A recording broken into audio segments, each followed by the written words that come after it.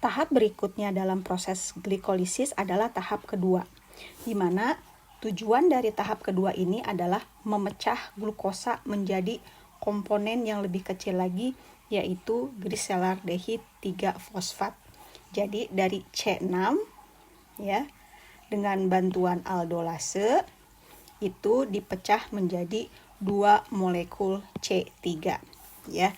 Yang satu dihidroksiaseton fosfat, yang satu gliseril aldehid 3-fosfat.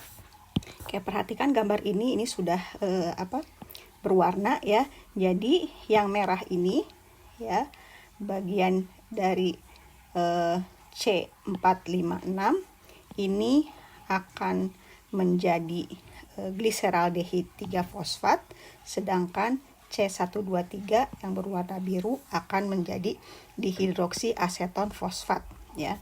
Ini prosesnya reversible dengan dikatalisis aldolase ya, dinamakan enzimnya itu aldolase karena sifat reaksi ini, reaksi kebalikannya yaitu aldol kondensasi ya. Jadi enzimnya dinamakan aldolase.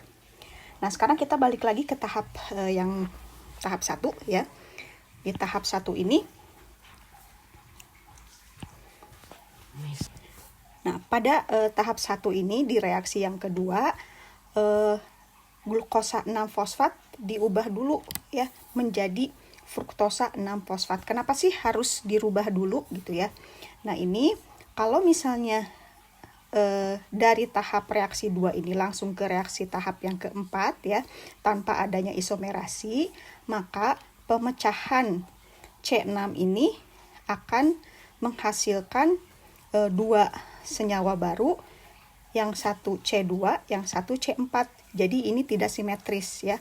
Makanya pada tahap 2 ini dilakukan isomerasi sehingga bentuknya nanti akan simetris ya. C6 dalam bentuk fruktosa 6-fosfat ya. Ini kalau dibagi 2 ini sudah simetris. Hanya memerlukan satu tahapan lagi supaya difosforilasi supaya ini lebih aktif dan lebih mudah untuk menjalani reaksi pemecahan ya yang ada di reaksi keempat. Ya, jadi itu alasannya kenapa si glukosanya itu harus diubah dulu menjadi fruktose supaya nanti belahnya itu simetri ya, C3 dengan C3 ya.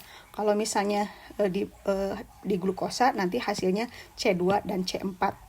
Sehingga nanti harus ada tambahan lagi metabolisme yang memakan energi, jadinya tidak efisien. Makanya lebih baik di isomerasi dulu ya, diubah menjadi fruktosa sehingga molekulnya simetri, dan kalau dipecah itu menjadi 2 molekul C3.